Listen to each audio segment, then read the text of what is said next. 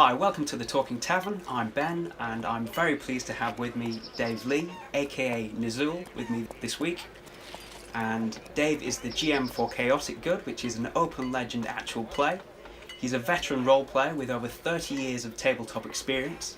He's also a game designer and was the lead designer for Starblood Arena, a PlayStation virtual reality game that was released earlier this year.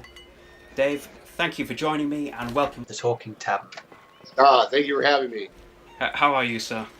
I am doing well. I'm here in Southern California, and the summer weather has arrived. It's getting up past 100 degrees each day now in the afternoon, so it's toasty. Yeah, it's kind of warm here as well, but perhaps less so than over there. Yeah, California can get hot.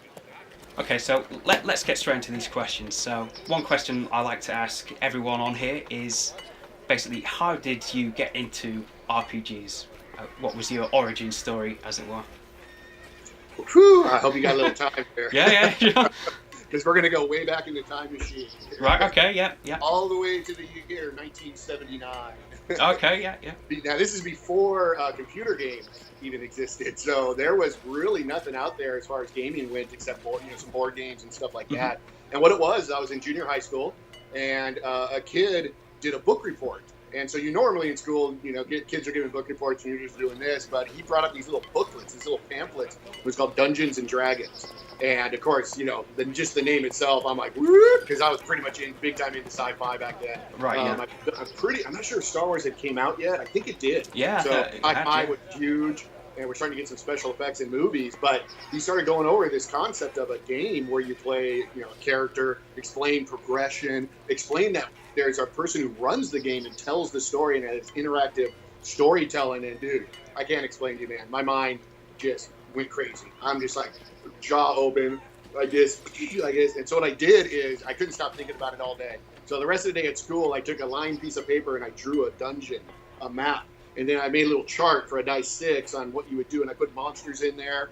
And I literally went home from school, grabbed my little sister, pulled her into my room and handed her a dice 6 and sat her to roll and go through the dungeon, make choices down corridors, fight all the monsters and kill them all. And so literally the first day I heard about Dungeons & Dragons, I was GMing already. You were hooked straight away from... Yeah, and then I had to find the game. Yeah. And that didn't take long. And it's been crazy. I mean, back then, though, like I said, there's no computer games. There's no real competition. It was D&D at lunchtime, and it was D&D after school every day. It was like, what do you want to do? Hey, let's play D&D. And you didn't even have to have an adventure. You just literally played. I don't know how to explain it. Everything was just completely sandbox, completely ad-lib. Mm-hmm. You just played the game and rolled the dice, and it was amazing time. And your classmates, were they converted at the same time as you were through this book thing, or...? They pretty much had no choice. I used mind control on them. Now, the crazy story is those same classmates are still my friends, and they're members of Chaotic Good. Oh, wow. So we have all been the dearest of friends, and I will say, I mean, we obviously have a bond and a friendship, but it's that gaming around the table and come together and role-playing that keeps us together, because we live all across the United States, and we like to, about once every 6 months, come together and gather. It's worth whatever money we have to spend. We have a thing where if someone's not doing well financially, we'll pay for them. Everyone pitches in. We do whatever it takes. Right. And we make it happen, and it's special. So the game has literally kept a circle of friends together for how many years? 79, is that 38 years or something like that? Yeah, wow. I bet there's been a lot of monsters slain between you during that time. A lot of characters killed, too. Yeah. We're going to come on to your actual play in a bit, but the majority of actual players tend to be people who are strangers thrown together, a little bit like the cliched heroes meeting in a tavern and kind of forming a party. But at least with your group, there's a very rich, long-running history, which probably not that many groups out there can boast. Yeah, I really love the aspect too that the hobby is able to attract strangers and bring them together, especially with the internet now and the power of some of the applications that are out there. That can bring tabletop gaming and close that distance gap, and friendships form out of it too. And there's nothing that makes a bond happen more than going over and defending your friend when they're in need, or healing them, or soaking damage for them. That whole teamwork and the whole idea of cooperative play You can't help it. It creates cooperative storytelling where conversations later, it's like, remember that time when we did this and this and this in an imaginary adventure? Yeah. I mean, it's incredible. Incredible. And I suppose really that, like 1979, the 80s and so on, that's kind of like the initial, at least widespread kind of public stage of D&D when it was really gaining popularity and infamy in some cases where it was being accused of being a kind of a cult and demonic stuff. I guess you kind of lived through that as well. Yeah, my family's are churchgoers, so right. I experienced that. I had to explain to them that I wasn't casting spells and summoning demons in real life. The rumors were going around. It was bad. Another thing too is what I really like about our current time period is that geek culture is more popular than ever. But back then, geek culture was not popular. Yeah. I'm sorry to say, but I tell you right now, I'm telling you the truth. I walked around high school with my Dungeons and Dragons DM's Guide, Monster Manual, Player's Handbook, proudly. I didn't care, man. I just strutted around with that stuff. And I used to always get in trouble in class for rolling dice because I was in class making encounters, and finding out, what's going to happen in the adventure we were going to run at lunchtime. And I got sent to the dean so many times for rolling dice in class, I can't tell you, but I didn't care. Well, people get in trouble for, just being at the tabletop and rolling dice kind of randomly at the side, so I can imagine in class. I was definitely classified as a freak in high school, absolutely. Absolutely. And now it's kind of, led into a great career and all that stuff too. So I don't regret a thing. Absolutely not. Another thing too about those times that I can recall too is it was a flood of different games because since it's, it's an RPG and fantasy is one genre, all the other genres started showing up and, so we really got heavily into playing things like superheroes, a Star Wars role-playing game showed up, and we really started diving into all the different styles too, as well as we worked together and created games. We created a Western game, a game where you played a god. I actually converted all of the superhero games into one system because I like the DC Hero system. So I took all of the Villains and Vigilantes, Heroes Unlimited, Marvel, everything, and Champions, and converted it all into one system. So we had the whole universe of all of the games in one game system. Kind of what year was this? When was this? This was, oh my gosh, this would be in the 80s. Yeah, in the early 80s, for sure. I mean, that's interesting because today, of course, there's almost every single superhero movie out there, and whereas in those days, the superhero films, the special effects and everything weren't quite up to today's standards. So, there was the comic books and your imagination, and not a whole lot else, really. There really wasn't. And even the fantasy movies back then, the classic, Clash of the Titans was, cutting edge, Yeah. With stop motion and stuff. And I was so disappointed in a lot of the fantasy movies because they're so cheesy. And I'm like, that's not D&D. Yeah. It's just making us look even worse. And thank God Lord of the Rings showed up because that was, the first movie where I was really boom, it finally showed up. I guess Krull didn't quite do it for you then. Exactly. Yeah. One of the ones we liked, though, a little cult one, was Sword and Sorcerer. Love that one. Okay, I've not actually seen that. Swords. Yeah, I read that book a bunch of times as well. Brilliant. Okay, so let's move on to the present day now. Chaotic Good and your actual plays. What was the decision to say, we'll make an actual play out of this, and I'll be the DM, and we'll get everyone together, and so on? Yeah, good question. I'm trying to think where that originated. I believe it originated I discovered Matthew Mercer. I discovered him through we're at work, and someone sent out the little video on Diesel rolling the criticals. Do you remember that little video? I've not seen that. Yeah, okay. What it is it's called I think it was called Diesel because Vin Diesel, the actor, played Dungeons and Dragons. Oh, sorry, I have seen that. Yeah, and it was a really high production. They added sound effects, all this stuff. But I just remember watching the DM, going, okay, that DM is pretty freaking good, and he is good. He's in my opinion the best. But he really captured it, and I was like, okay, who is this guy? So I started looking into who this guy was. It's like, wow, because to be honest, as a game master myself, I haven't really encountered a lot of game masters, right? Yeah. That are really, super, super passionate into it. Other than the gaming industry, I bumped into a couple who are, we can talk about our campaign worlds and really go into it.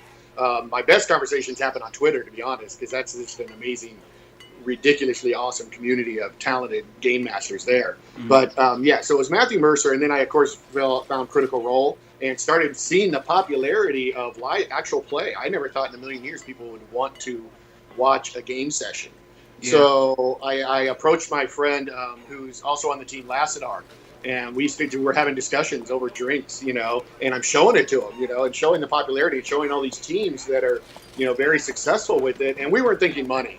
We were just thinking that the way we play, I'm telling you right now, when you watch a Chaotic Good episode, you're not seeing any showmanship. You're just seeing us play our game. Yeah. We forget about the camera, and we just play the game we play. And we're always talking like, hey, man, we just do this automatic. You know what I mean? We just do this. And it might take off. You never know, man. There might be people who are interested in watching it. And so we went ahead and, bought a little bit of equipment. We had about 4 or 5 team members chip in as a group, and with the understanding that we're not doing this for, for anything other than the fun. And we started putting a camera on us. Originally, though, we were doing it episodic, I think is the way you say it. We'd film ourselves and then edit it and stuff, but the post-production became too cumbersome. And we realized, you know what I'm talking about. Yeah. And we all have careers, and we just don't have the manpower to do that. Besides, though, doing it live is actually more popular, and so we moved our operation to live play, and really glad we did that decision, because one, we get a bigger response, and it's even more exciting because there's no editing at all. It's just put a camera on us and we play our game. Yeah, it's a bit like theater, I guess, isn't it? You've got to show must go on. Yeah, but I can honestly say the crazy part is we really lose sight that there's a camera on us unless we decide to talk and break the fourth wall and talk to the audience. Mm-hmm. But we go really large gaps of just being just like we normally are. We're just really into the adventure, and we're into it, and watch each other take center stage and make great moments happen in the game. Brilliant. How would you describe your GMing style? Obviously, you've been a GM for quite some time now. Yeah. And it sounds like you've generally been the GM in most of the games you've been involved in across your illustrious fantasy role-playing career. Yeah. How has that changed, and what's your balance of styles, and what do you like in a game, that kind of thing? Okay. Well, to be honest, it's still changing, and it always does. I'm very critical of myself, and now having a chance to watch myself, I'm just like face palming constantly, and so I'm trying to get better, to be honest. But my style is changing recently too, to a more open-ended system. I traditionally am more of a story-based game master, but I'm actually going more sandboxy. Right. I do have concerns with sandbox. I know it's a big buzzword, but sandboxing to me has the opposite fact of pacing. Pacing is a very big component of my games. There's nothing I hate more than watching a game session and watching players checking their phones. Yeah. Man, that's a problem with pacing, and a lot of times it's because the game master has let go of the control and put it onto the players, but they let go of too much control, and they realize they should still be a part and keep that pacing going, keep the player's head in the game, and stuff like that. So I have moved that direction more. But if I had to describe my style, I would say I'm very story driven. I like big heavy plots, Game of Thrones style stuff. I like a lot of stuff going on. I like the world to feel like it's moving. Yeah. And the big thing I do, and I'm not sure I've seen too much of this out there yet, but doesn't mean no one's doing it. It's just I haven't seen it on camera really too much, if at all, is I really take a character and integrate them into the campaign setting deeply. An example of that would be, let's talk about Lassidar's character in the Shattered Star. I'm running the Shattered Star is a Pathfinder adventure path, but I'm not running that storyline at all. Only the mechanic I'm using from that is there is this relic that's been broken up into 7 pieces and needs to be put back together. Right. Now, instead of just having the party put together an artifact, it's Lassidar's shield. Lassidar woke up from a 10,000-year slumber because the old gods are returning because pieces of this star are being recovered.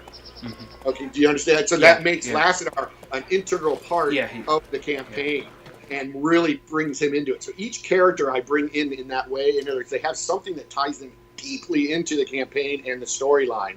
And so I don't know how you would explain what that is, but I do that. If I'm going to go ahead and really cross a line, I pass it by the player. Yeah. Without giving away too much. I'm like, hey, how does this sound? Yeah. Tie you in. A lot of times they're just like, yeah, but sometimes they come back with stuff and it becomes a collaboration, and that's even better because now they're even more invested. But if they give me a background, I'm gonna run with it. Like I remember I got just a paragraph from Fox's character. It was just a text about that long, and I just go, thank you. And in the adventure, something happens where he's like, oh no. Yeah. Uh-oh, I gave him too much info. Yeah. I want to take it back. Yeah, exactly. No, every tract, every email I gave you. Yeah. One last thing on my styling too is I play permadeath only. Always, will never ever allow a character to be resurrected. Okay, right. That's a hard line I draw in the sand. I'm not saying that's the way to go. That's just the way I go. Yeah. I want characters to fear death. And I also want a character death to be a great moment in the game, because I'm telling you right now, character death stories around tables and drinking come up more than anything you'd ever imagine. Yeah, that's true. It's like, imagine the guy who plays Aragorn in Lord of the Rings, He'll be talking, remember when I ate all those arrows with Aragorn? I did that speech about the White City, It's those moments that, that we want to capture. Yeah, brilliant.